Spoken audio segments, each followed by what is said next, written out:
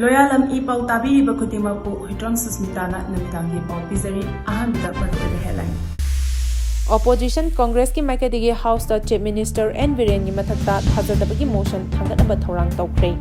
BJP gi MLA singi maraktasu kem tawnaduna mijang khomba haunakhre. Hayengdagi haugadoriba session asida stakeholder singna Manipur gi irang asi loishinaba achepa warep lobiyu haina lupsingna phangdorakli. Indo-Myanmar Border Fencing FMR handokhibagi mayokta CNPO na mass rally chakadori.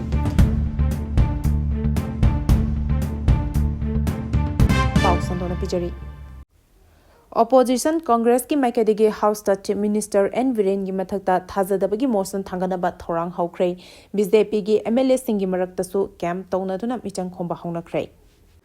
Hayeng ayu pung taramathoi taba matamdagi hogadoriba taranithoi suba Manipur Legislative Assembly gi taret suba session gi ahoba numita governor gi address piraba matung obituary reference ki hek matung da opposition Congress ki maikadigi House the Chief Minister N Biren gi mathakta thajadabagi motion thanganaba opposition gi maikadigi thorang tawkhre hari.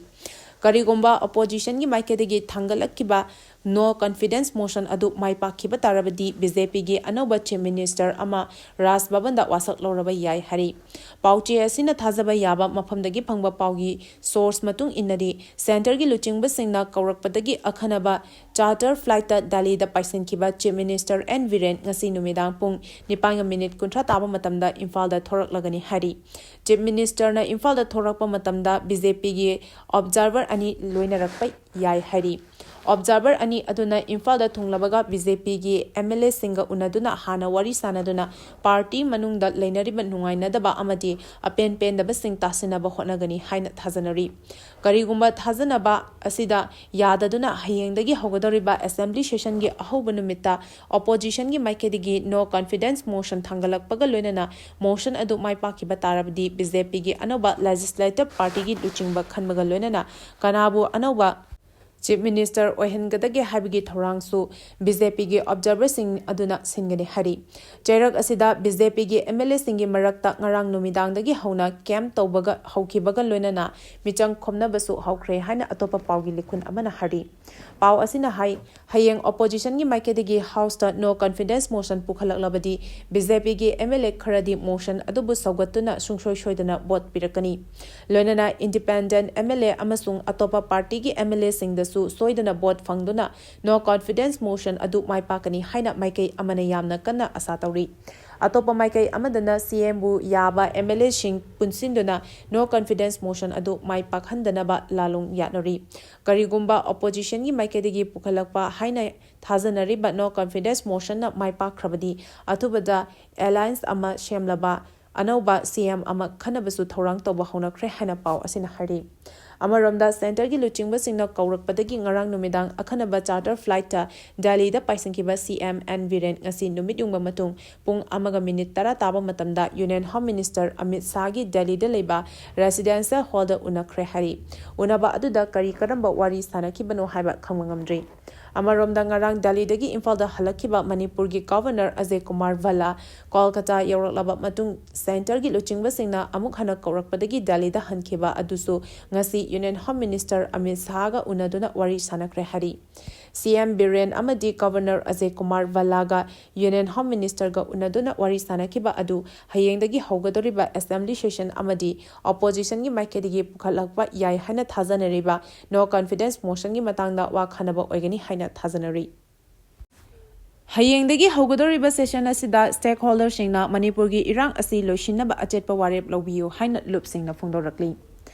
Hayengdagi hogadoriba taranithoi suba Manipur Legislative Assembly gi taret suba session asida ing lisingani kulhumdoi gi me ahumdagi haurakhiba Manipur gi irang asi loishinabagi damak MLA amasung minister singi apunba resolution loduna tung koina chatnaba yaba waroshin ama purakpana chumgani haina Manipur gi tongan balup taramarina ruling amasung opposition animakta appeal tawri.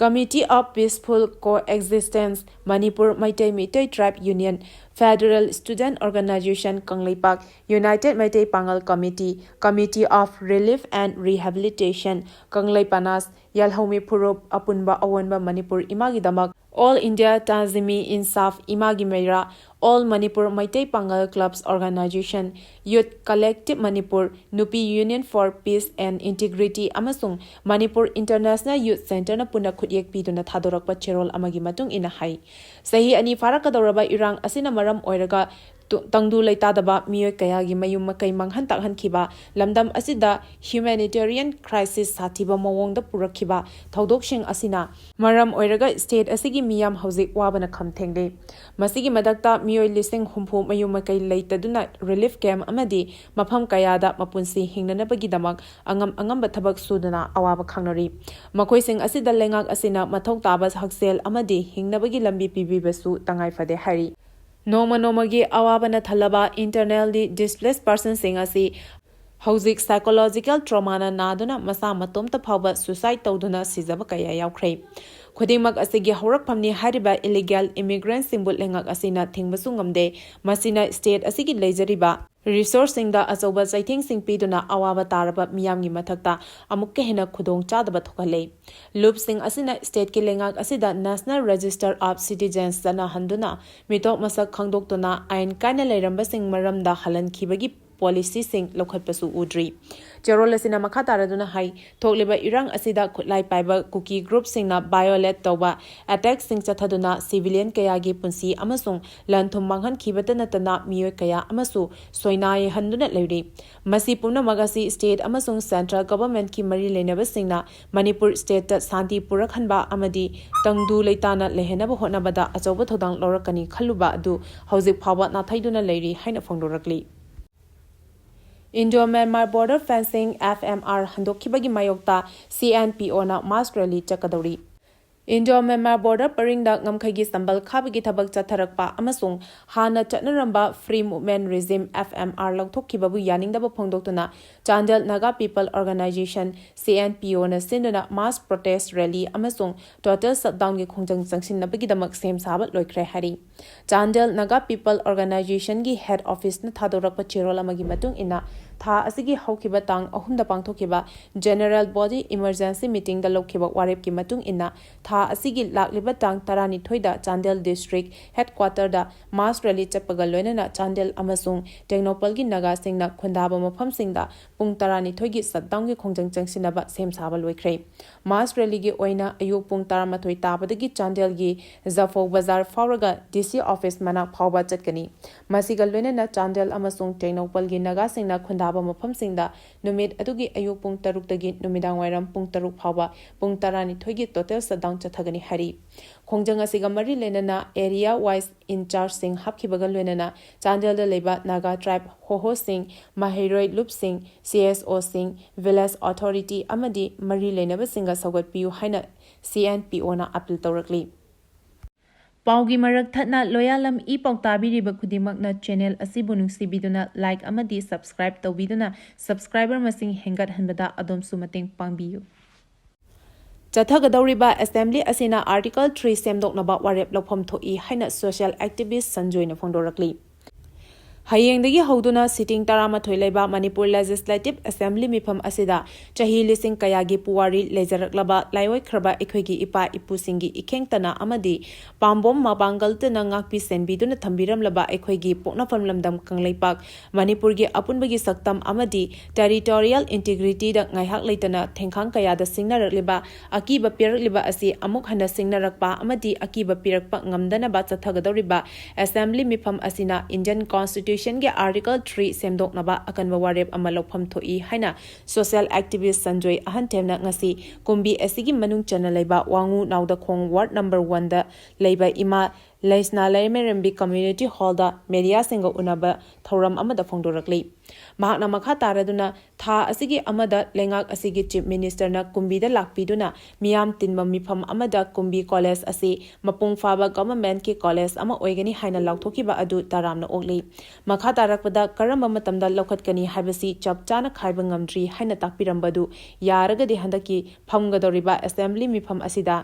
Education Department की demand amadi business khanarakpada kumbi college amadi masiga manaba thakta leiriba college Singsu full fledged college oina linkhat pinaba warep lobiyu haina CM amadi education minister gi puning chingsili Kumbi College asi Bisnupur District ki aroiba sarukta leba hojik-hojiksu khungangi lairaba mahairoi lising ani romna awangba thaki mahai tamba fanghaliba amata ngairaba NAAC Bengaluru na English ani kunithoi da mai pakna assess tawkhraba amadi Manipur lengakna su English ani kunithoi da overall development ki certificate of appreciation fangwangam khiba Bisnupur District Churchampur amadi Kaching District ki mahairoi kayage awangba thaki education fanghaliba amata ngairaba college ni hain aningsingki Kakmayai IRB post gi nongmai mapan lakhre lekai miyam na yaning daba utuna wakat mifam chathakre ngarang numidang pung 8:30 kuntra rom tarakpa matamda nongpok sekmai police station gi manung chanba kakmayai da ahangba IRB post amada sakhangdaba singna overpower tawraba matung nongmai mapan lakhibagi mayokta ngasi lamdam adugi miyamna hairiba IRB post asigi manakta yaning daba phongdoktuna wakat mifam phamkhre Thodok adu ngarang numidang pung 8 rom tarakpa matamda gari 8 ta lakpa miyoshingna kakmayai da hangliba IRB post asida changsilaktuna IRB personnel sing overpower tawraba matung AK-47 rifle ahom SLR taruk punna nongmai mapan asi laklaga pukhibani hari Thodok adu lekai miyamna khangnarakpadagi khunja singna mafam aduda thomjilaktuna security single loinana nongmai lakpada yawa miyoi amasu phawba ngamkhi hari Tungda miyoi adu nongpok sekmai police station amadi Yaripok police station dagi ahenba police personnel sing laktuna miyamna fakiba miyoi adu khusinaki aduma po official oiba pau amata police ki maikai dagi hojik phawbagi oina phongdorakpa leitri Nomai lakiba adu yaningdaba phongdoktuna ngasi nungthil kakmayai mayai lekai da leiba IRB post asigi mamangda lekai miyamna wakat mi phamduna khongjang changsingki khongjang aduda saruk yakibi mairabaibi amana phongdorakpada lamdam asida thokliba irang asi haurakpa matamda kakmayai khulgi miyam lanjenaru rabani lengakna IRB thambibadagi khunja sing ing chikna leiba horakhibani adubu ngarang numidang khul asibu ngakliba IRB post asidagi masak khangdaba singna overpower tawduna nongmai lakibadagi mafam asida leiramba IRB sing loina lokhat pikre miyam bungak leba IRB sing dagi khulai munbirabanina makhoishu loina hankre maram aduna khunja singna leiba ngamlaroi haiduna Manipur lengakna ehenbe state forcing thambiduna khunja singbu tangdu leitana lehenbiu asigumba laibak thiba thodok asi makhatana thokhanbiganu haike Mahiroi singna lairik pabada hena pukning changna paba ngamnaba mobile app Studies Music ngasi launch tawkhre Zenes Mindtech GMT na mahiroi singna lairik paba matamda hena pukning changna paba ngamnaba puthokpa Zenes Mindtech GMT mobile app Studies Music haina khangnaba mobile application amangasi GMT New Chekonda leiba office ta launch tawkhre launch tawbigi thoram aduda social scientist Danapil Laisram GMT ki founder CEO Narajit Moirangthem amadi All Manipur Recognized Private School Welfare Association ki president L Jai Kumana athoba mithung lensing oina saruk yakhi launch program aduga mari lenana GMT ki CEO Narajit Moirangthem na haikibada lairik tamliba mahiroi sing khaktada natana kanagumba singna lairik paba matamda hena pukning changna amadi ningsingba matamda hena laina amadi Visual amaga loinana ningsingba ngamnaba tongan-tonganba music makhal sing punsinduna design tawraga semba music makhal amani hairiba music makhal asi chahi 8 amadi 9 suraba mahiroi singna music asi taduna lairik paba matamda hena pukning changna paba ngamhanbata natana pariba lyrics sing ningsingba matamda mitmangda phawba uhanba ngamhali masida natana brain da stress amadi anxiety lehenbadagi su fahanba ngami haiki mahakna makhatana hai ingkumja lising ani 18 ki September thadagi hauna lingkhal aliba institute asina angang singi brain gi capacity hengat hanaba activity kaya pangthokibata natana makoigi internally capacity sing khangdoknaba khotnaba lairik paba matamda karamna pai amadi lairik karamba hiramdana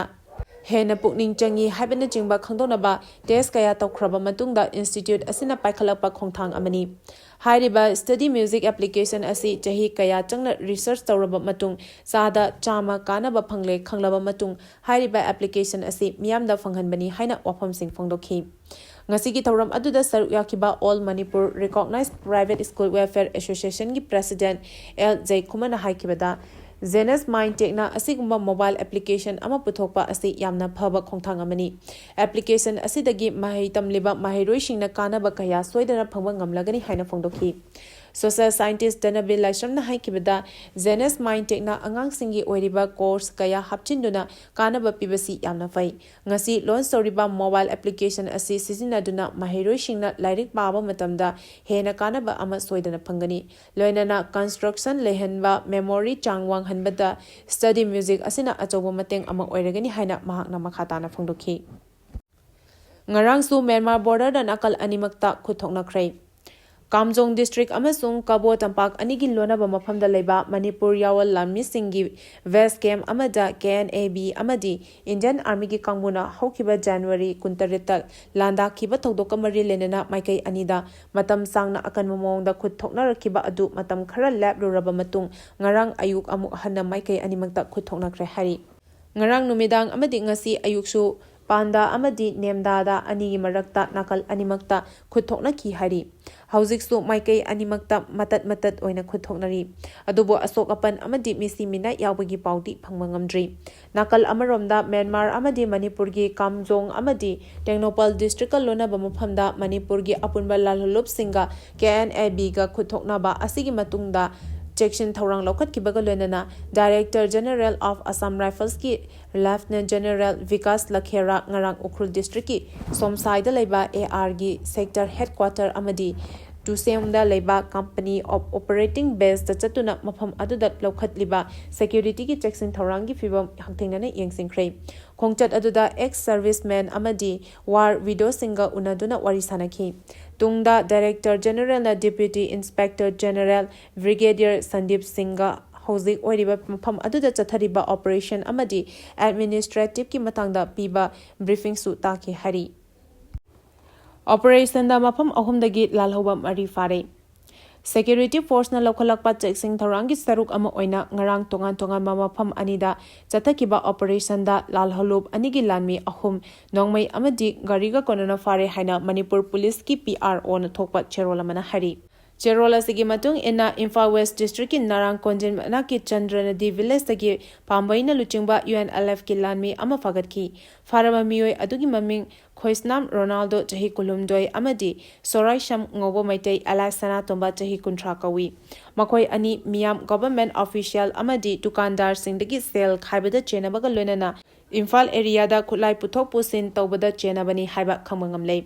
Makoidagi .32 gi pistol ama magazine ama two-wheeler ama lupa lisingahunga chama kunyaba wallet ama sofagale hari Nakal Amaromda Imphal West District Police ki City Police na konba Imphal git Nagamapal Kangzabi Leirak Machin Public Toilet Manakta gisu RPF PLA gi lanmi ama sofare hari Faraba Mioi adugi maming Ningthozam Khamba Alliance nganba Maitei Jahin Yankhaini Thoikawi Mahaksu Nagamapal amadi Uripok Maikeda Leiba Dukan Singdagi Sale Khaibada Chenabani Mangondagi two-wheeler ama mobile handset ama Aadhaar card ama lupa chonga yauba wallet ama sufagatki Fagalaba Potlam Singh aduga lonana Mio Singh adu Mari Lainaba Police Station da Tounakhre hari Khumuzamba Lekaida Nongna Sajilamba Yum Singh Masak Khangdaba Mio Singh na Mai Thadolamne Tounakhre District ki Maitei Lekai haina khangnaba mafam aduda leiramba Maitei Singh Kuki militant Singhna yum mai thaduna tanthorakpadagi hangduna leihoraba mafam aduda Kuki Singhna yum kaya sajinbagi thabak chatharakpada ngarang ahing masak khangdaba Mio Singhna yum Singh adu mai thadolamle hari Pao asina hai Kuki Singhna yum sajinbagi thabak chathariba mafam asi Tounakhre Khumuzamba Maitei Lekai digi khajiktang chatlaga leiba Selkai haina khangnaba Khuga Turel Torbanga tainaba mafam Singh aduda Kuki Singhna yum nongna Sajilakpani hari Adubu yum Singh adu ngarang ahing sakhangdaba Mio Singhna mai tharambadagi tumna chakre hari Paugi marak thatna Loyalam E-PAO tabiriba khudimakna channel asibu nungsibiduna like amadi subscribe tawbiduna subscriber masing hengat hanbada adomsu mateng pangbiyu Aroibada maroiba pau amuka hana pizari Opposition Congress ki Maikadigi House Chief Minister N Viren gi mathakta thajadabagi motion thanganaba thorang tawkhre BJP gi MLA singi maraktasu camp tawnaduna michang khomba haunakhre Hayengdagi haugodoriba session asida stakeholder singna Manipur gi irang asi loisinaba achetpa warep lawbiyu haina lupsingna fongdorakli Indo-Myanmar Border Fencing FMR handokhibagi mayokta CNPO na mass rally chakadori